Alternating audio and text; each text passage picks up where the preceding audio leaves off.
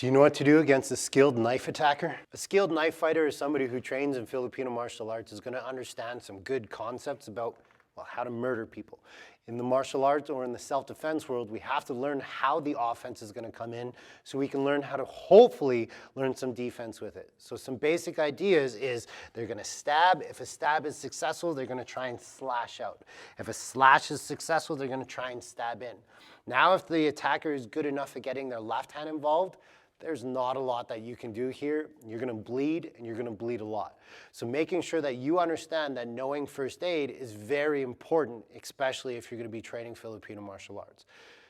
When we're actually looking at making the slashes, though, everybody always talks about like cutting into the certain areas and making sure to get the stabs into the right places. Yes, I agree with that, but I'm also not going to teach you guys how to murder somebody as efficiently as possible. That's a different channel or a private lesson. So what I am going to do though is give you the concepts. Remember, if from the other videos, if you watch, if he's trying to get a hold of this, that's why the stabbing motion needs to change and I need to get into like a slashing motion, right? Because if I'm feeding in here, he reaches, I can see that maybe I can switch sides. One rule of thumb that I like to teach my students is when you're attacking on his left side of the body or from the right side of mine is to make those slashes come in with the palm down. It's the strongest structurally. Straight in, you're probably doing a whole bunch of cutting at home. Okay, when you're murdering somebody or thinking about it, we want to be thinking of this. And this is where my Blint Walk comes in. Blint Walk angle 6 is coming into the same side over here, whether it be high or low. You can change the numbers. I don't really care. If you notice, my palm is up. I also do that so it gets in between the ribs and not stuck into the ribs. So I'm coming, palm down right side, palm up on this side. Slashes, I'm just cutting open. I'm cutting on my angles down. Whenever I hold my knife like this, I don't like doing upward cuts. It's just weak structurally. If I'm here and I'm coming up here, it just doesn't feel right. If I want to make power cuts, I want to cut down. I want to cut down. I want to slash across and slash across. When you are training with your partner though, if Eric just steps forward, is I want him to feel the cut. Okay, and I mean that in the nicest way. This is my biggest pet peeve. Ooh, I gotcha. Ooh, I gotcha. You're just hitting with the tip, and the tip never does the job. So we need the base. This is kind of where your hilt would be on your knife. I want to be putting the blade as close to that hilt as possible and driving into him. See, he doesn't like that, leaves a perfect mark on his nice shirt.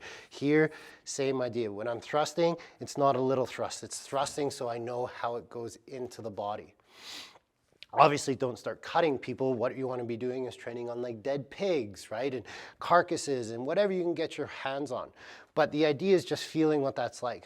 Because not a lot of us like to do that kind of thing, this is where you can just get a trainer and feel what that's like. I think it's very important that on a self-defense basis, you know what that pressure is going to feel like when it's cutting into you, because your body's going to do different things. Everybody says hollow out, but you put a knife in there, he's going to hollow out naturally. So if we get the left hand involved, if I'm cutting here and he goes to defend it, right now I'm here, I'm just wrapping that around and cutting in. Now I can pin and now I can finish the job, right? But he's going to resist. So he starts resisting and now I just keep cutting. So let's talk about some footwork that I absolutely love in Filipino martial arts. The V step, okay? I'm stepping in and stepping here. So if I'm stabbing to this side, palm down, I come to this side, palm up. I come to this side, slash angle 1. Come to this side, slash angle 2. Those are my favorite movements because that's what's going to match the structure. I'm touching, my power is in my hip rotation, just like my punching. I'm here, I'm throwing my punch. I'm here, I'm throwing my punch. It all ties in to be the same stuff. Now, in Wing Chun Kung Fu, they do an opposite triangle, right? So their triangle is step in. Step together, step out, step in from your dummy form. So very similar idea, almost like an upside down triangle. In Filipino martial arts, we call it a reverse V step, right? So we have our V step, then we have a reverse V step, but notice how they step forward with this. I like keeping a wide base, especially when I have him trapped in the in the corner here, so that our triangles are matched. So now I can do my slashes. I can stab and slash as I step out. Stab, slash. I can slash and stab as I enter. Slash and stab as I enter. I'm always trying to get my live hand here. Notice how I'm keeping it to me. I'm not saying left hand, I'm saying live hand. Okay, in Filipino martial arts, we call it the live hand. Lots of different reasons. Why reason I like it is it keeps you alive, right? It's helping to keep them away. If I'm trying to push, I'm here. But in Filipino martial arts, if his hands are up, right, and he's defending, I can rip that down and cut. I can use it, just keep defending, please. He's defending, I'm just cutting. And notice how that left hand is always there. Now let's bring the left hand into the face. Here it's hitting, defend, defend, right? He's defending, now he's getting hit. I'm just confusing his body again and again and again.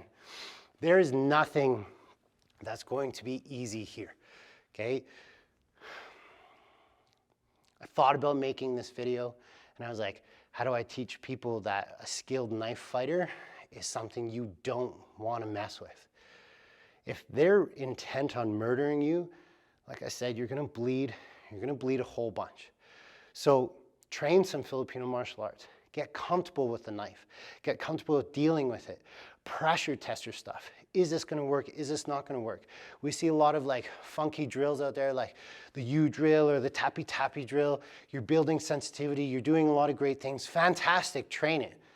But then pressure test it and see what aspects of that is actually going to work in combat. Because being able to turn your body and move it, you are protecting your center. You are protecting your golden egg. But nothing's perfect, guys. And the realism of this is 95% of us don't train martial arts. You like watching the videos, you like learning from the video, and you're like, oh, hey, that's cool. Hopefully I remember that one day. Well, if you're not gonna go out to a martial arts dojo, or you're not gonna train in a seminar that I teach or something like that, then at least train the stuff that I'm putting on the videos at home and just play with your partner and play with your friends or whatever.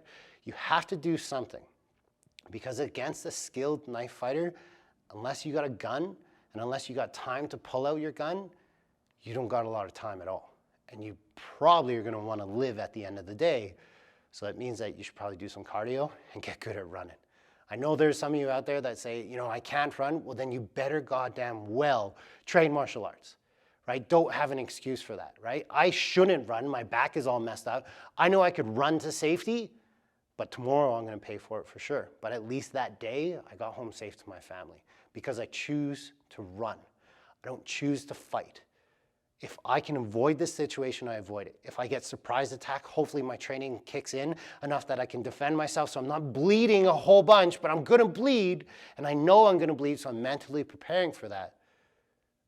But don't think you're better than you are. And you only know that if you pressure test, so go out there and train your ass off. Body.